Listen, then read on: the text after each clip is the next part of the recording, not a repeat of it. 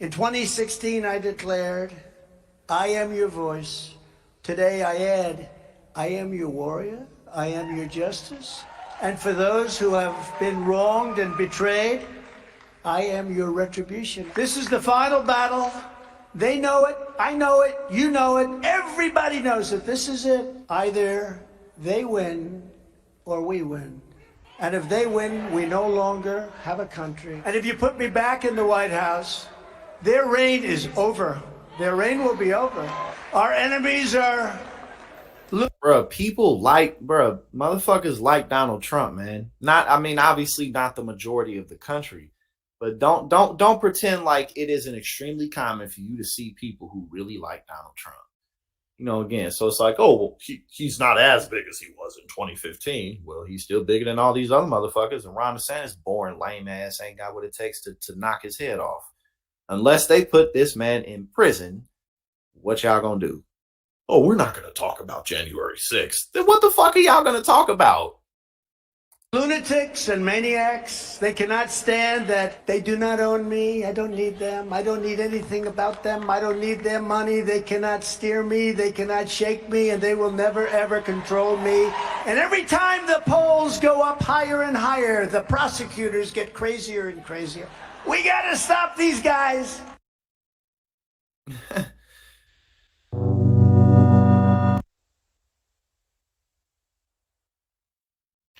So it says the insurrection wasn't always destined to be taboo in GOP primary politics. In the immediate aftermath, the riot appeared to provide an opening not only for Trump's loudest critics in the party, but also for more mainstream, otherwise Trumpian Republicans seeking to distinguish themselves from him ahead of 2024. So again, this really is like the biggest, most important thing that any of his opponents could go against in this race. And if they're not going to do that, if they're not going to do that, then what the fuck are y'all going to say? He tweets too much? The Republican base doesn't give a fuck about that. You know what I'm saying? What else are you going to say? I'm literally sitting here pondering what the fuck else they're going to do. Are you going to say, so either he tweets too much, or it's going to be like, well, I too am not going to cut Social Security and Medicare. But that's Trump's thing. And so again, like, it's literally, if y'all aren't going to go after Donald Trump on January 6th, then the party is still fully behind him. You see what I'm saying? Like, there's nothing else that they really could attack him on that's going to mean anything, because everything else they would use as a plus for why Republicans should be in office, such as things like, well, when Trump was in office, the economy was the best it's ever been, and we did this and we did X, Y, and Z. So if they're not going to distinguish themselves from Donald Trump, then there's literally no point in any of these people running in 2024. You see what I'm saying? Like, it's over. Like, this shit's over already.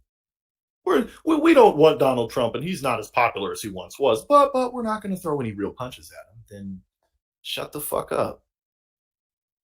This is insane. The calculation was that this is clearly indefensible. He's not going to have a place in the party going forward, said one Republican strategist and former congressional aide. That clearly hasn't happened. January 6th is advantageous for Trump in a Republican primary now. Nobody's going to hit him on January 6th. It's over. This shit is over, man. This motherfucker Donald Trump already won the 2024 Republican primary. It's over. This shit is hilarious, bruh. Whew. The advantages for Trump, if they do exist, were in plain view at the gathering of conservatives at the Conservative Political Action Conference at the yearly Confab, held this year outside of Washington. Some attendees wore their connection to January 6th as a badge of honor and found sympathetic ears.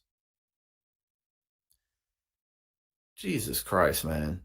Yeah, man. Like, I continue to say, like, I have not, other than a couple of polls before Ron DeSantis even entered the race that have him beating him, and then there's more polls that just came out that we went over that show Trump grew in popularity last month, and now it's like, oh, we're not going to attack him.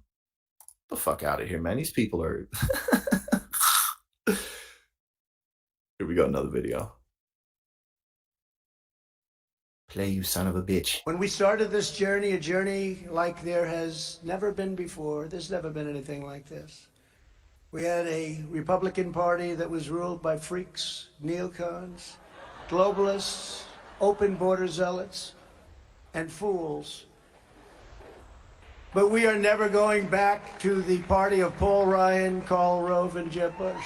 Our enemies are lunatics and maniacs. They cannot stand that they do not own me. I don't need them. I don't need anything about them. I don't need their money. They cannot steer me. They cannot shake me. And they will never, ever control me. And they will never, ever, therefore, control you. Shit, I ain't seen no Lawson steps. A few less people are as into him as they once were. Rather. I think the focus here has got to be on eliminating Trump from the nomination.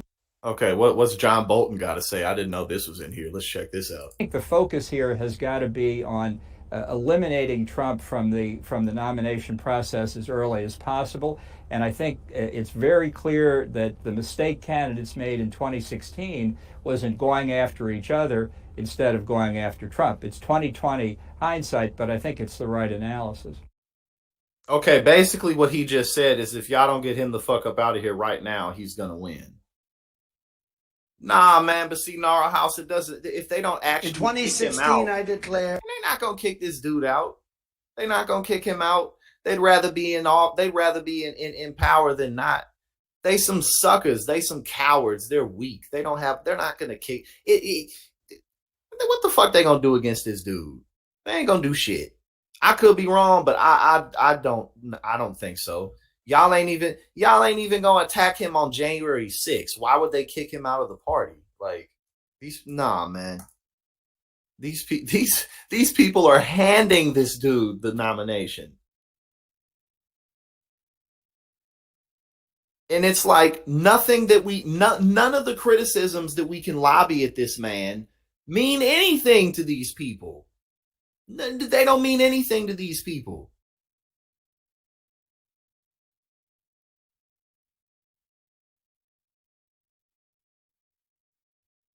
And the only thing that'll be keeping Donald Trump out of the White House is the independence, basically. Yeah, Jazzy, it is. It really is.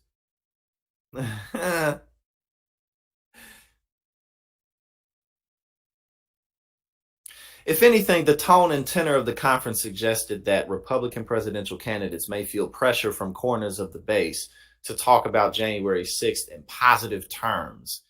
And again, because you got to think, if any of these people truly go after Donald Trump for anything substantive, then what they'll actually be doing is going after the party itself and the base itself. Like Lindsey Graham was so on point when he said what he said.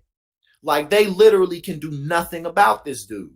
They can't. It's over. This shit is over. This is amazing because Donald Trump this shit is amazing. I can tell you that just interacting with a lot of the activists here, there is concern that the violations of protocol and civil rights around the January 6th issue haven't gotten sufficient attention from Congress. And that's really a matter for us in the House majority, more so than 2024 candidates, Rep. Matt Gaetz said. Man, this really is amazing.